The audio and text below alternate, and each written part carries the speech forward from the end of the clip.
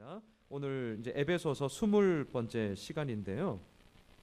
에베소서 5장 22절로 33절의 말씀 우리 한 절씩 교독하도록 하죠.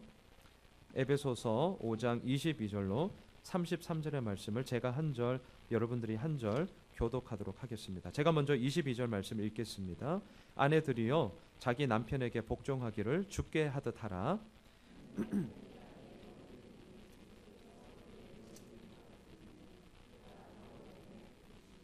그러므로 교회가 그리스도에게 하듯 아내들도 범사에 자기 남편에게 복종할지니라.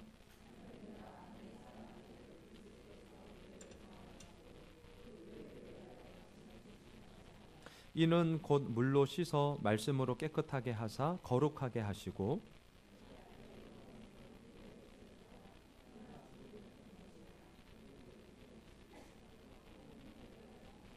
이와 같이 남편들도 자기 아내 사랑하기를 자기 자신과 같이 할지니 자기 아내를 사랑하는 자는 자기를 사랑하는 것이라.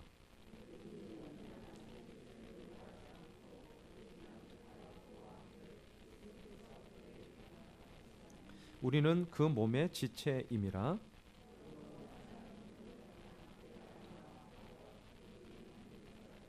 이 비밀이 크도다. 나는 그리스도와 교회에 대하여 말하노라.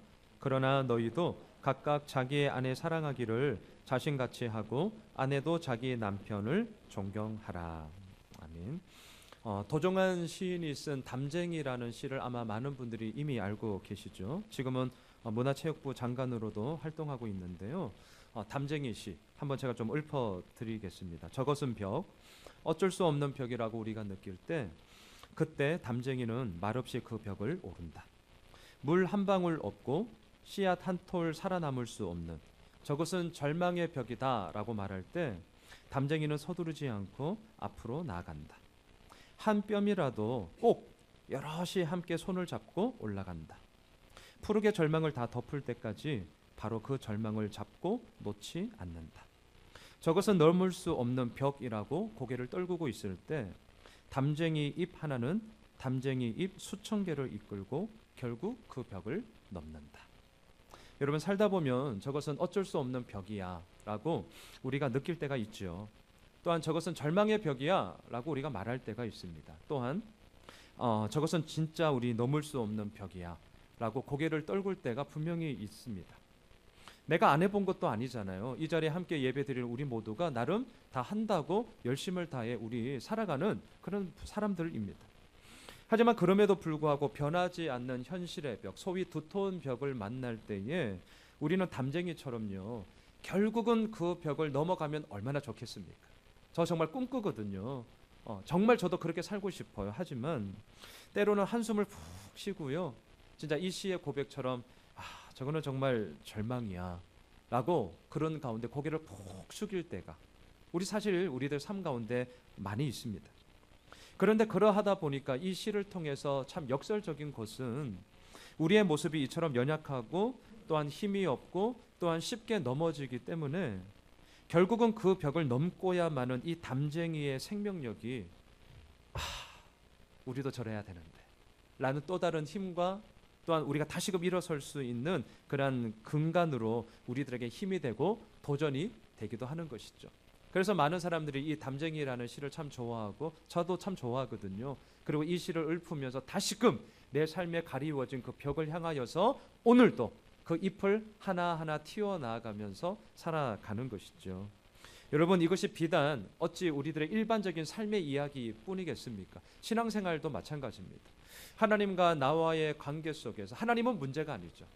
언제나 문제는 나인데 그럼에도 불구하고 너무나 자기 중심적으로 살아가고 있다 보니까 때로는 이게 어찌 이럴 수 있습니까? 라는 항변으로 하나님 앞에 부르짖고 반항하고 원망할 때가 실은 있습니다. 늘 기쁘고 즐겁지 않습니다. 저 마냥 행복하고 감사하면 좋겠지만 저 그렇지 않습니다. 저것은 어쩔 수 없는 벽이야 느낄 때가 있습니다. 저것은 절망의 벽이야 말할 때가 있고요. 저것은 넘을 수 없는 벽이라고 고개를 떨굴 때가 있습니다. 하지만 그럼에도 불구하고 오늘도 우리가 하나님을 예배하는 이유가 무엇입니까? 진짜 오늘 이 주일 2부 예배에 함께 하나님의 그 큰 사랑을 찬양하며 노래하는 이유가 무엇입니까? 이 예배를 통하여서 바로 여기에서부터 다시금 일어설 수 있는 힘이 있다라는 믿음이 있기 때문에 오늘도 우리는 예배하는 것이죠.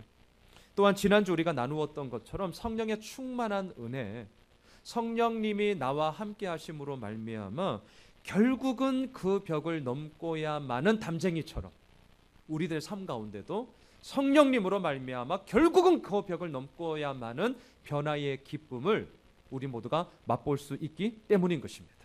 이러한 믿음의 고백이 오늘 주일 2부 예배를 드리는 우리 모두에게 이미 있는 줄 믿습니다. 우리는요, 지난주 지혜 있음과 성령 충만함에 대해서 나누었죠. 그리고 특별히 성령 충만함으로 말미암아 우리에게 주어지는 열매 3가지가 있었어요. 그것이 뭐냐? 찬송, 감사, 복종이었습니다.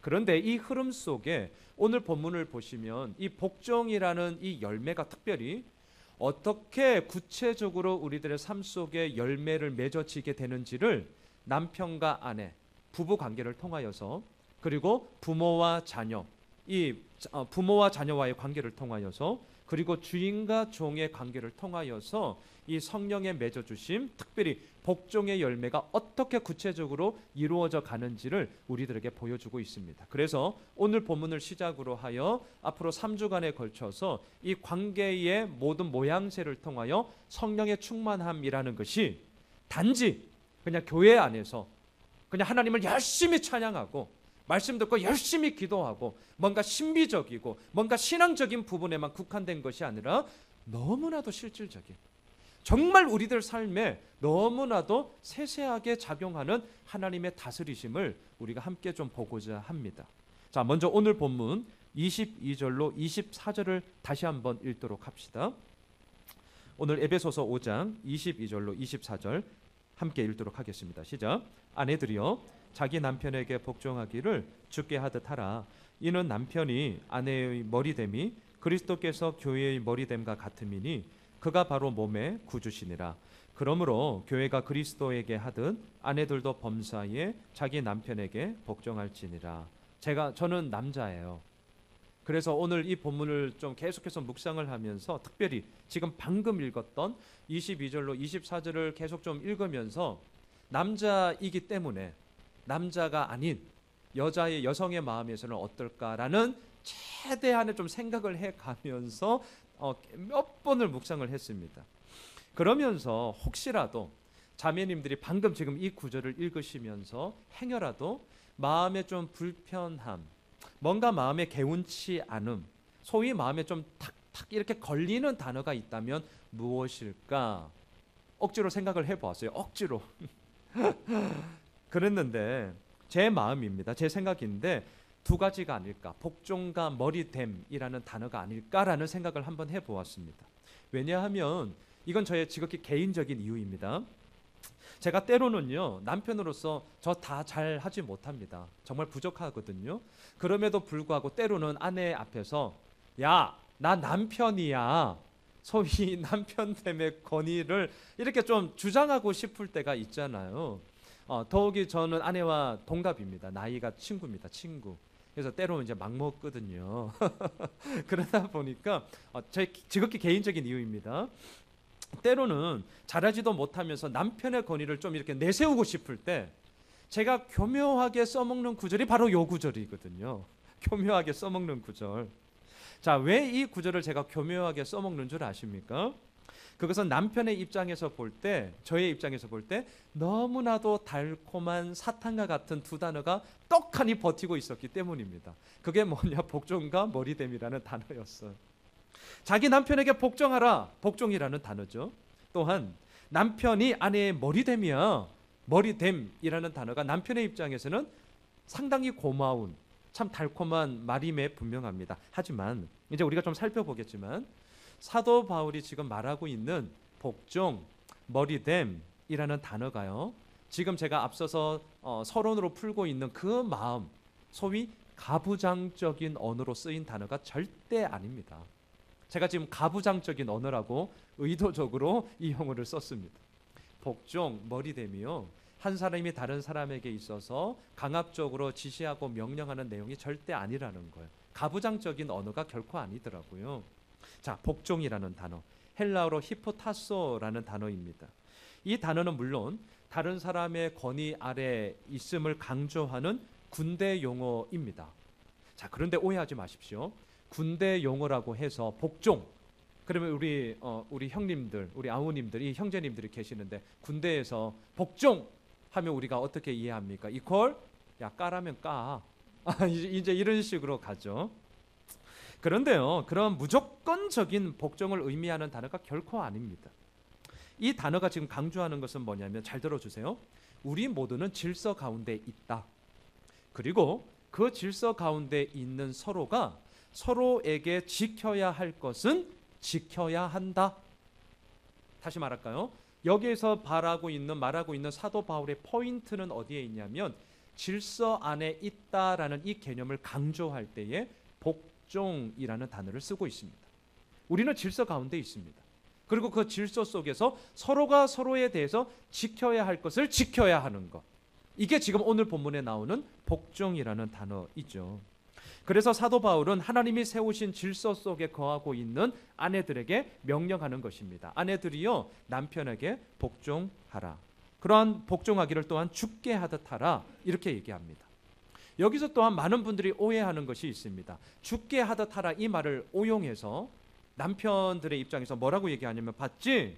남편의 위치가 마치 예수님과 동일한 것처럼 내세울 때 주께 하듯 하라 했잖아, 이렇게 얘기할 때에 마치 자기가 예수님과 이제 동격이다라는 그런 마음을 담아 이 구절을 잘못 써먹을 때가 물론 있습니다. 그런데 그런 뜻이 아니죠. 여러분, 여기서 주께 하듯 하라, 이 말은 이런 뜻입니다. 우리가 예수님을 믿습니다. 또한 오늘도 예배를 드리는 이유는 그 예수님을 사랑합니다 라는 믿음의 고백이 있기 때문이죠. 자, 그렇게 믿음과 사랑이 내 마음 가운데 있기 때문에 우리는 오늘도 예수님을 기꺼이 섬깁니다. 예수님을 기꺼이 섬겨요. 자, 이것처럼 주께 하듯 하라는 말은 무엇입니까? 남편을 사랑합니다. 그리고 또한 남편의 그 모든 모습을 내가 믿습니다. 그 믿음과 그 사랑이 있기 때문에 주님을 기꺼이 섬기듯이 아내된 많은 자매, 우리 모든 자매님들은 남편에 대해서 기꺼이 섬기게 되어지는 것, 그것이 바로 지금 오늘 본문에 주께 하듯 하라라는 말의 의미인 것이죠. 여러분, 복종, 이 말은 어느 한쪽이 일방적으로 상대방에 대해서 강요하는 지배 굴림이 결코 아닙니다.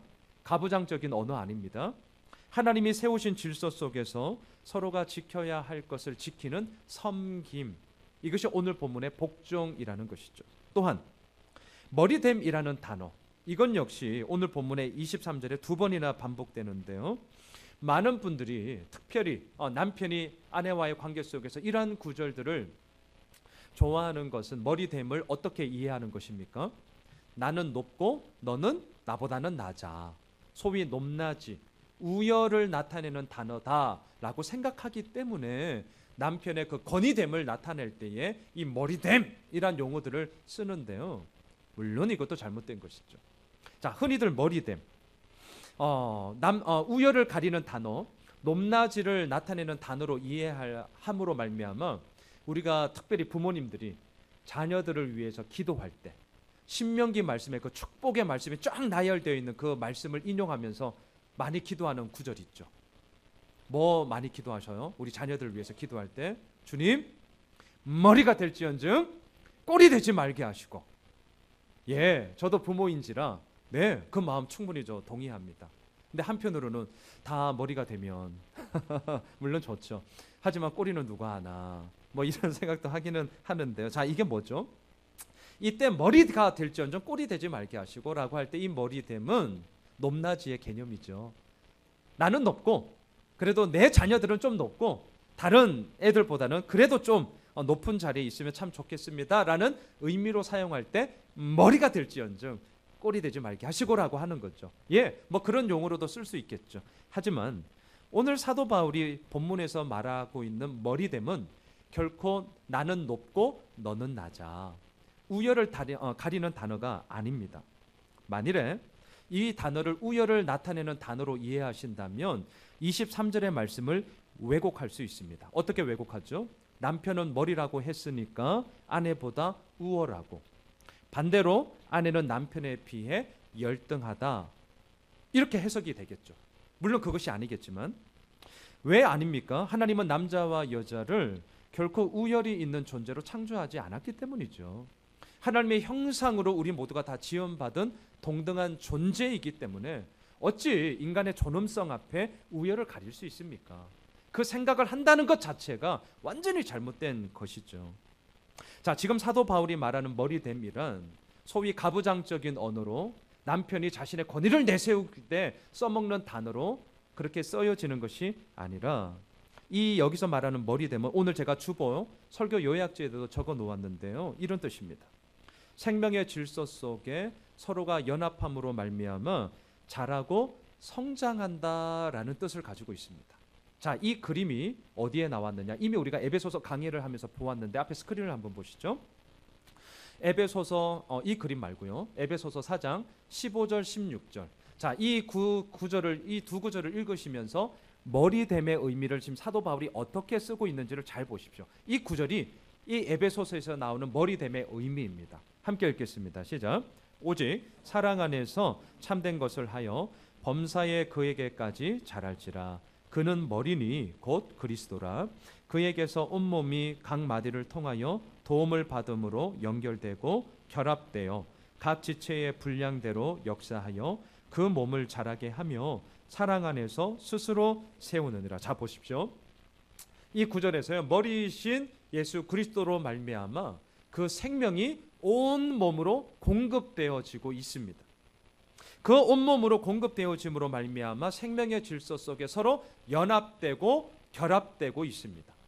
또한 연합되고 결합됨이 그 결과로 몸이 자라게 되고 더 나아가서는 스스로 세우게 될 정도로 장성함이 이루어지고 있습니다. 자, 이 그림이 특별히 에베소서에서 사도 바울이 사용하고 있는 머리됨이다라는 말의 의미입니다. 나는 높고 너는 낮아, 우열의 의미가 결코 아닙니다.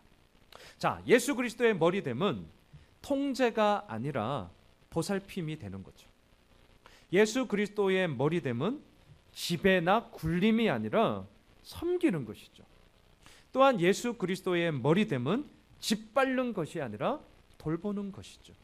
이게 지금 우리가 읽었던 에베소서 4장 15, 16절을 통하여서 아하! 하나님의 그 머리됨, 예수 그리스도의 머리됨이 우리들의 인생 속에 들어오심으로 말미암아 스스로 세울 만큼 여전히 그 머리로부터 흘러오는 생명의 힘이 우리들 가운데 주어지는 거구나 라는 고백으로 나아가게 됩니다. 자, 그래서 다시금 오늘 본문 23절로 보세요. 자, 마지막을 여러분들 보시면 사도 바울이 예수님을 일컬어 특별히 뭐라고 합니까? 이런 구절이 보이시죠? 그가 바로 몸의 뭐죠? 구주시니라. 자, 구주. 이 말은 죽음에서 우리를 건지시고 살리신 구세주. 헬라어로 소테르라는 단어인데요. 구세주라는 거예요. 자, 만일 예수님의 머리됨이 가부장적인 언어의 의미로 내가 대장이야. 나는 높고 너는 낮아. 지배, 통제, 짓밟는 것, 굴림 이란 의미로 만약에 머리됨이 사용되어졌다면 23절의 마지막 그가 바로 몸의 구주시니라라는 단어를 못 씁니다. 어떻게 써야 될까요? 그가 바로 몸의 지배자니라. 그가 바로 몸의 정복자니라. 권력자니라.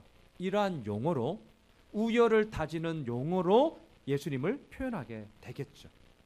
하지만 그것이 아니기 때문에 사도 바울은 분명하게 얘기합니다. 그는 바로 우리 몸의 구주시니라. 머리됨이라는 것이 복종이 아니라 섬김이요, 또한 통제가 아니라 보살핌이요, 지배가 아니라 섬김이라는 것을 우리들에게 분명하게 얘기하는 것이죠. 자, 저를 보세요. 지금 사도 바울은 아내들에게 명령합니다. 아내들이여 남편에게 복종하라. 자, 이 복종의 의미가, 머리됨의 의미가 무엇인지를 지금 우리가 충분히 나누었어요. 자, 그렇다면 그럼에도 불구하고 제 마음속에 좀 꺼려졌던 것은 뭐냐면, 그럼에도 불구하고 아내들이여 남편에게 복종하라 라고 할 때에 이런 질문을 던질 수 있지 않을까요? 그 질문이 뭐냐면 이거죠. 왜 아내들은 남편에게 복종해야 되느냐? 다시 말할까요? 아내들이여 남편을 사랑하라. 남편들이여 아내에게 복종하라. 이렇게 얘기할 수 있는 거잖아요. 그런데 왜 오늘 본문에서 아내들이여 남편에게 복종하라라고 이 복종의 말을 쓰느냐라는 거죠.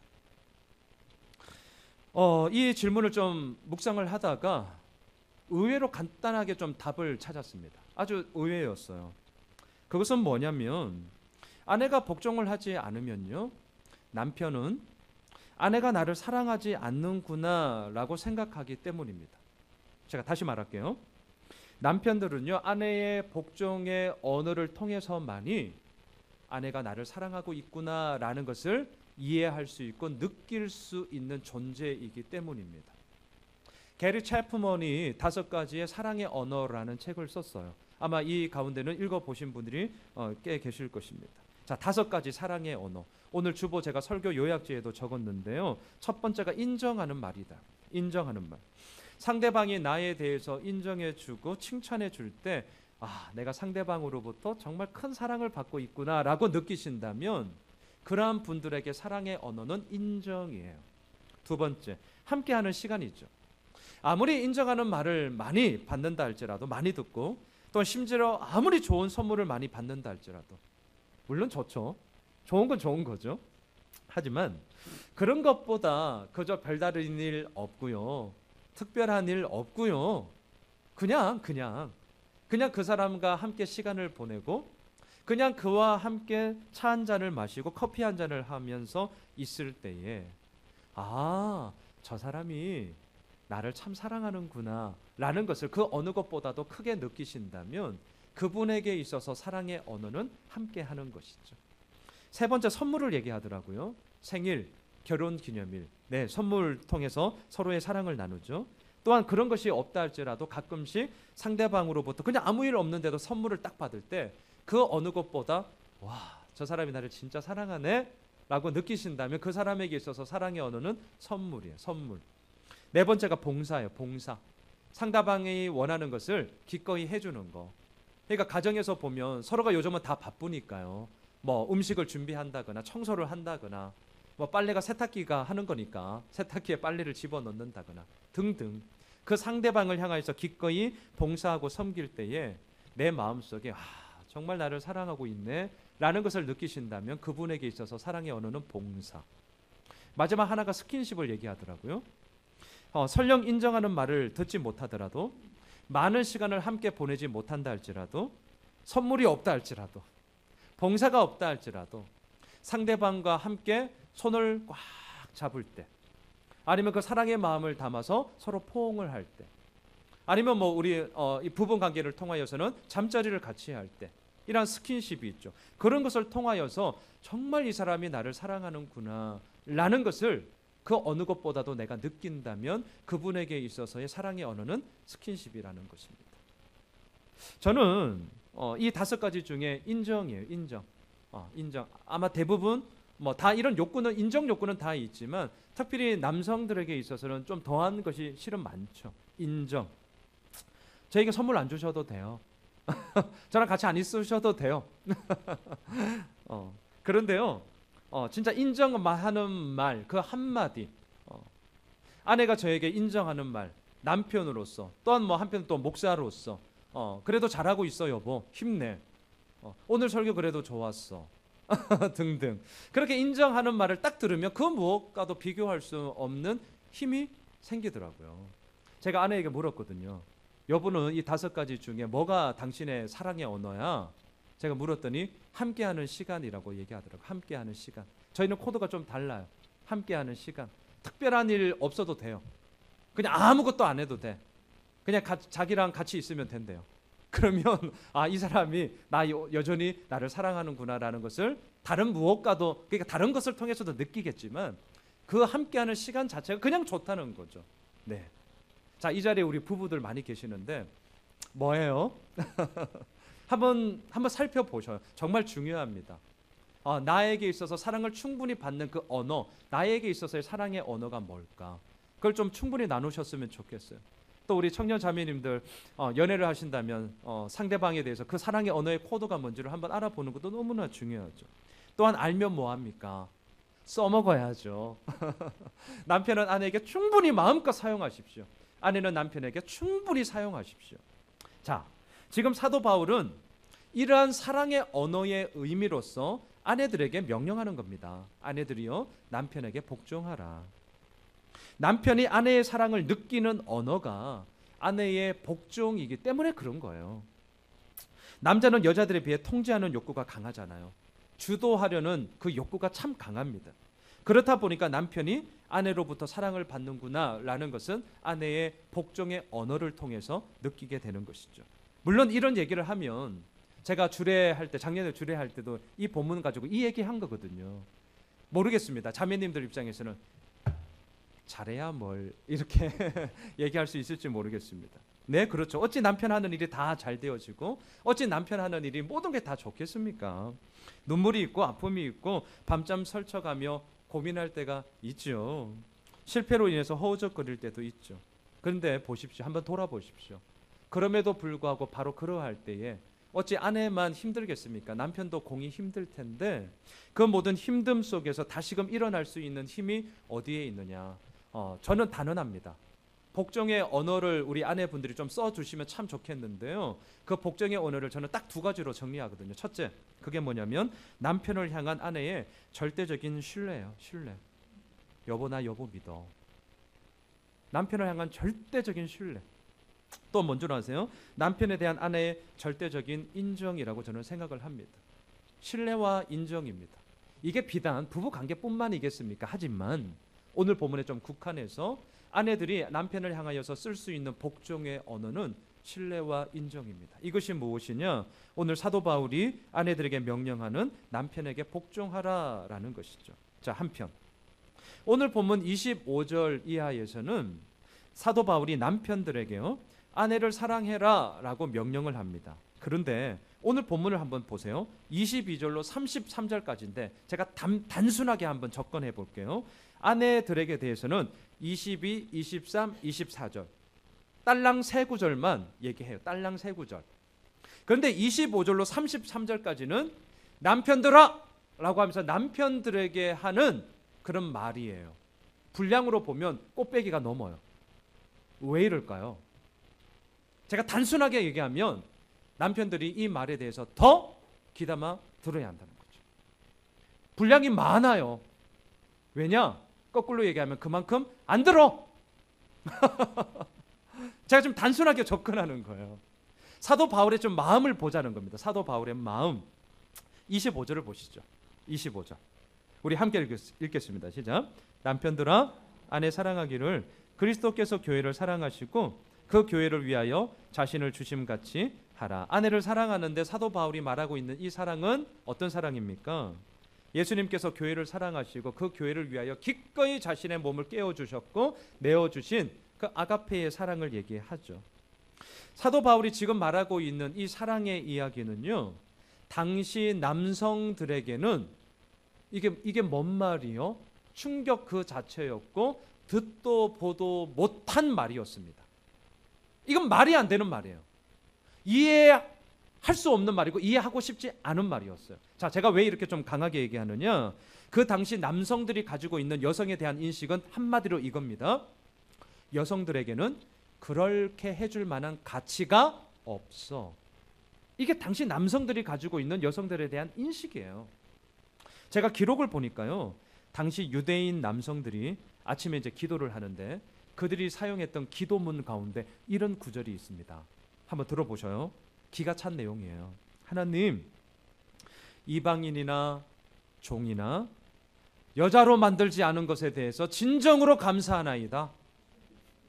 이걸 매일 아침마다 남성들이 예루살렘 성전을 향하여서 기도하는 기도문의 내용이었어요. 말이 됩니까? 그러니까 이 인식이 지금 보이십니까? 이게 당시 남성들 그냥 인식이에요. 게다가 유대법에 의하면 죄송하지만 여성은 사람이 아니라 물건이었죠. 그래서 구약에 보면 인원을 셀 때에 여성과 그 아이들은 제외된 숫자예요. 그래서 오병이어도 마찬가지잖아요. 5천 명이 먹고도 남았더라 할 때 그 5천 명은 성인 남성을 의미하죠. 그래서 학자들은 대부분 한 2만여 명 정도가 되지 않을까, 이제 이렇게 얘기하죠. 그만큼 왜 안세알입니까? 물건이어서요. 여성에게는 어떠한 법적 권리도 없었습니다. 더 죄송한 얘기를 좀 할게요. 여자는 남편이 마음대로 처분할 수 있는 재산이다. 이렇게 인식을 하고 있었습니다. 근데 제가 좀 더 좀 아픈 얘기를 할까요? 이러한 여성차별, 여성학대는 유대 사회보다 이제 이 에베소서를 받고 있는 에베소도 마찬가지인데 헬라 사회, 그 당시 로마 제국 치하에 있던 사회에서는 더 형편없었어요. 제가 기록해 보니까요, 이것도 진짜 기가 차는 얘기예요. 헬라인들의 생활 방식 전체를 통해서 보면, 자, 남편과 아내가, 남자와 여자가 결혼을 했습니다. 근데 결혼한 이후의 모습 속에 소위 남편과 아내가 더욱더 친밀한 사귐과 교제를 나누는 것이 불가능해요, 구조적으로. 자, 왜냐하면 헬라 남성들이 가지고 있는 의식 속에 아내는 두 가지였어요. 뭐냐? 첫째, 가문을 이어가는 자녀 출산. 참 슬픈 얘기입니다. 너무나 중요한 얘기인데 이 당시에는 너무나 슬픈 얘기예요. 이 여자랑 그래서 정략 결혼이 나오잖아요. 의미는 딱 하나야. 가문을 이어가는 것. 또한 두 번째, 그 자녀를 잘 돌보아서 이 가문이 더 견고하게 세워지는 것. 자녀 출산, 가정 돌봄. 여기로만 딱 끝이에요. 아내의 역할, 아내의 그 가치가. 그러니 그 속에서 남편과 아내의 친밀한 사귐, 발전적인 대화 없어요. 좀 더 아픈 얘기 할까요? 부부와의 관계 속에서 얼마나 성적인 관계 얼마나 중요합니까? 정말 중요합니다. 그런데 심지어는 이 성적인 관계에 있어서도 헬라 사회의 그 보편적인 가치를 보니까 아내를 찾지 않아요. 다른 여성을 찾아. 그러니 순결의 개념은 점점 깨어지고 성적 타락이 얼마나 만연해졌는가. 우리가 로마를 배경으로 하는 그 영화를 보시면 충분히 여러분들이 알고 계십니다. 이게 지금 이 편지를 받고 있는 에베소서의 형편입니다. 자, 앞에 스크린을 한번 보시죠. 아까 잠깐 잘못해서 사진이 나왔는 건데요. 제가 에베소서 강해를 시작하면서 맨 처음 보여드렸던 사진이에요. 제가 2005년도 비전 트립으로 터키에 갔을 때 제가 찍었던 사진인데요. 에베소의 메인 스트리트예요. 메인 도로입니다. 메인 도로. 우리 홈에실로 따지면 뭐랄까요, 홈플러스 사거리, 여하튼 메인 도로예요. 메인 도로에 강고판이에요. 강고판. 오늘날로 제가 표현을 한다면 그 메인 도로에 있는 바닥인데 바닥에 새겨놓은 건데 뭘 강구하느냐? 활락가 강구예요. 활락가 강구. 매춘업 강구예요. 여러분 지금 사진이 약간 흐릿해서 보이실지 모르겠지만 발 모양은 보이실 텐데 그 옆에 여성 그림이 그려져 있어요. 여성 그림이 발 모양 옆에. 이 발 모양은 뭐냐? 당시 연령을 기준으로 할 때에 이 발 모양보다 발이 더 커야 된다는 거예요. 그래서 딱 재보는 거예요. 이 발 모양보다 우선 크냐? 그러면 입장 가능해요. 입장 가능해. 그리고 하나 더, 발 모양 그 위쪽에 보시면 까맣게 구멍이 보이시죠? 구멍. 이 구멍은 뭐냐? 돈을 의미한다고 하더라고요. 돈. 야, 너 돈 있냐? 돈 가지고 와. 이거예요. 돈 가지고 와. 이게 지금 에베소 지역의 메인 도로에 있는 이 도로 가운데 있는 강고판이에요. 그 당시 강고판. 기가 잘 모르시죠? 오른발이에요? 왼발이에요? 네, 왼발이에요. 왜 왼발이냐? 이 한락가의 위치가 이 메인 도로에서 왼쪽 방향에 있어요. 근데 오른쪽에 뭐가 있는 줄 아세요? 사도행전을 보시면 사도 바울이 복음을 전하고 말씀을 가르쳤을 때에 두란노 서원이라고 들어보셨죠? 그게 오른쪽에 있어요. 이게 세상입니다. 이게 세상이에요. 하나님의 거룩함. 하지만 그 반대편에는요, 인간의 지극히 탐욕적이고 그냥 인간의 본능의 욕망의 이야기만 꿈틀꿈틀대는 한락가가 도로 하나 놓고 있는 곳이에요. 이게 지금 에베소서 편지를 받고 있는 에베소 사람들이 살고 있는 동네라니까요. 이 길을 매일 드나듭니다. 이 에베소서 편지를 받고 있는 성도들이 매일 먹고 살아야 되니까요. 그 지역에 살고 있으니까 이런 곳에서 이 편지를 받고 있습니다. 자, 그러니 생각해 보세요. 이러한 생활 방식과 문화 속에서 에베소 교회 성도들은 살고 있었는데 이러한 그들에게 사도 바울이 명령하는 거예요. 남편들이요, 아내 사랑하기를 예수님이 자신의 몸을 내어주셨던 것처럼 자신의 목숨을 걸고 사랑하라. 태어나서 이런 말 처음 듣는 거죠. 왜?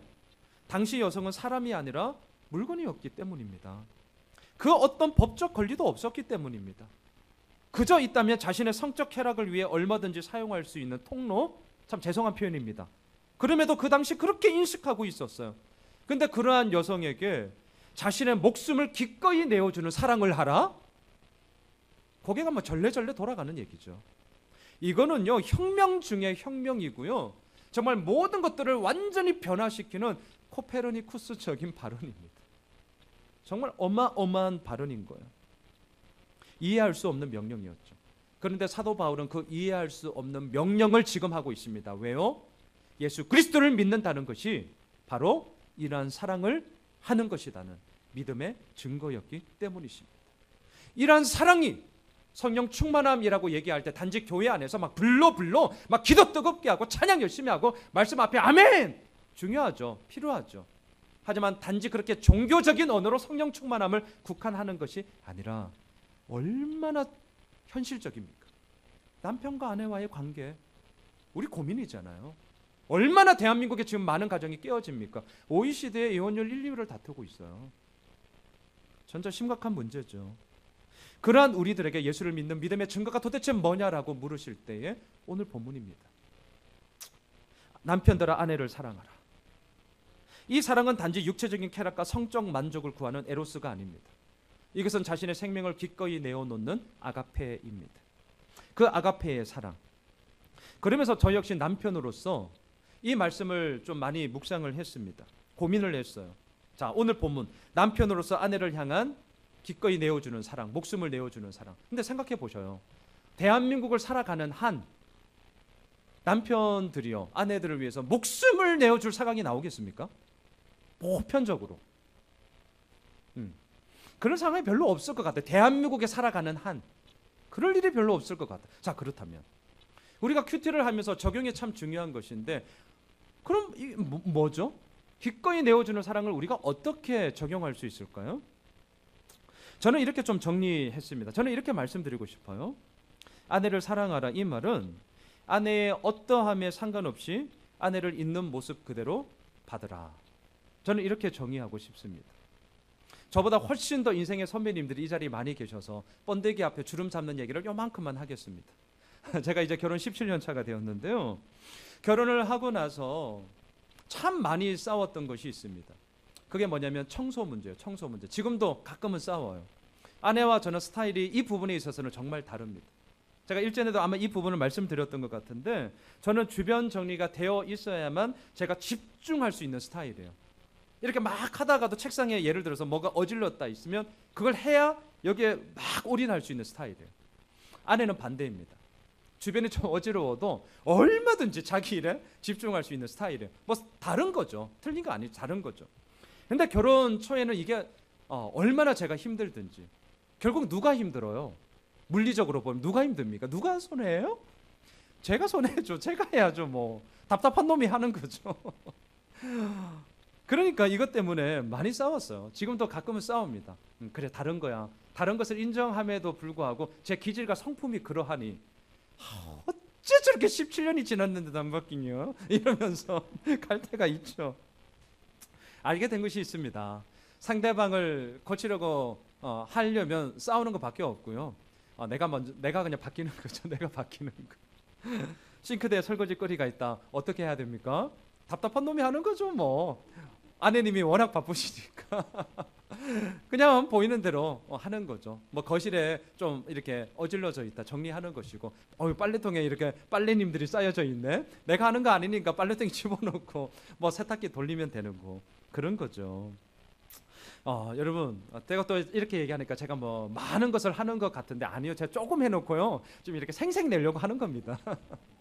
생색을 안 내면 더 인정과 칭찬을 받을 텐데, 또 때로는 남편들이 또 생색 엄청 내잖아요. 그래가지고 본전도 못 찾을 때 있고 뭐 그런 것 아니겠습니까? 자, 이런 과정을 통해 점점 더 분명해지는 게 있어요. 그게 뭐냐? 아내를 사랑한다는 것은 아내의 어떠함에 상관없이 아내를 있는 모습 그대로 받아주는 것. 그리고 하나 더 있어요. 그 아내에 대해서 완전한 편들기. 완전한 편들기. 가끔 아내분들이 답답할 때 얘기하잖아요. 그럴 때 남편, 저도 그런데 이게 남성들의 기질이죠. 자꾸 그것에 대해서 문제의 원인이 그냥 저절로 이렇게 머릿속에서 분석이 되어지죠. 우리 아내가 잘했구나, 아니면 상대방이 잘했구나, 뭐 이런 식으로. 야, 그 인간이랑 왜 사귀냐? 그만둬. 그런 인간은 필요 뭐 이런 문제 해결자로 계속 서니까 진짜 그게 문제죠. 우리 아내분들은 뭐 원하는 거요? 이 답답한 마음을 누구에게 토로하냐? 사랑하는 남편이 안 들어주면 누가 들어주겠냐? 그냥 들어달라는 거 아니겠습니까? 근데 이게 참 힘든 거죠. 자, 다 듣고 나서 마지막에 뭘 얘기해야 돼요? 저도 열심히 훈련하고 있는데 이 얘기하는 것입니다. 여보, 나는 여보 편이야. 이렇게 무조건 상대에 대해서 편 들어줌.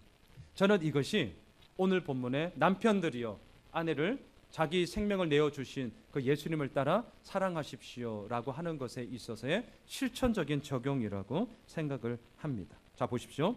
오늘 본문의 키워드는 복종 사랑입니다. 복종 사랑.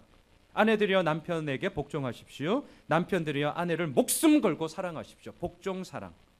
왜 부부 관계를 말하면서 이 복종과 사랑을 얘기하는 것인가? 그것은 복종과 사랑만이 남편과 아내 부부 관계의 완성을 이어나가는 하나로 묶는 키워드이기 때문입니다. 복종과 사랑은 결코 다른 말이 아닙니다. 같은 말이더라고요. 복종은 괜히 꿀리는 것 같고 뭔가 억울하고 여성들이 남성들에 비해서 열등해 보이고, 반대로 사랑이라고 할 때는 뭔가 고상해 보이고 있어 보이고 남성들이 마치 여성들보다 우월해 보이는 듯한, 그런데 그런 게 결코 아닙니다. 만일 복종과 사랑이 다른 단어라고 한다면 이 말씀을 하고 있는 하나님은 그 어느 누구보다도 편파적인 분이세요. 만약 복종과 사랑을 다른 단어로 이해하시고 그것에 대해서 명령한다면 하나님만큼 이렇게 편파적인 분은 없을 겁니다. 그런데 오늘 본문의 이 복종과 사랑은 같은 말입니다. 왠 줄 아십니까? 복종하지 못하는 것은 사랑하지 않기 때문이더라고요. 또한 사랑하지 않는다는 것은 그에 대해서 복종하지 않았기 때문입니다. 결국 복종과 사랑은 하나입니다. 그래서 사도 바울은요, 오늘 본문 이제 마지막을 좀 볼 텐데요, 복종과 사랑에 대한 이 참 신비한 관계를 한 단어로 풀고 있습니다. 저 아래 32절로 가보시죠. 32절을 보세요. 같이 읽읍시다. 시작.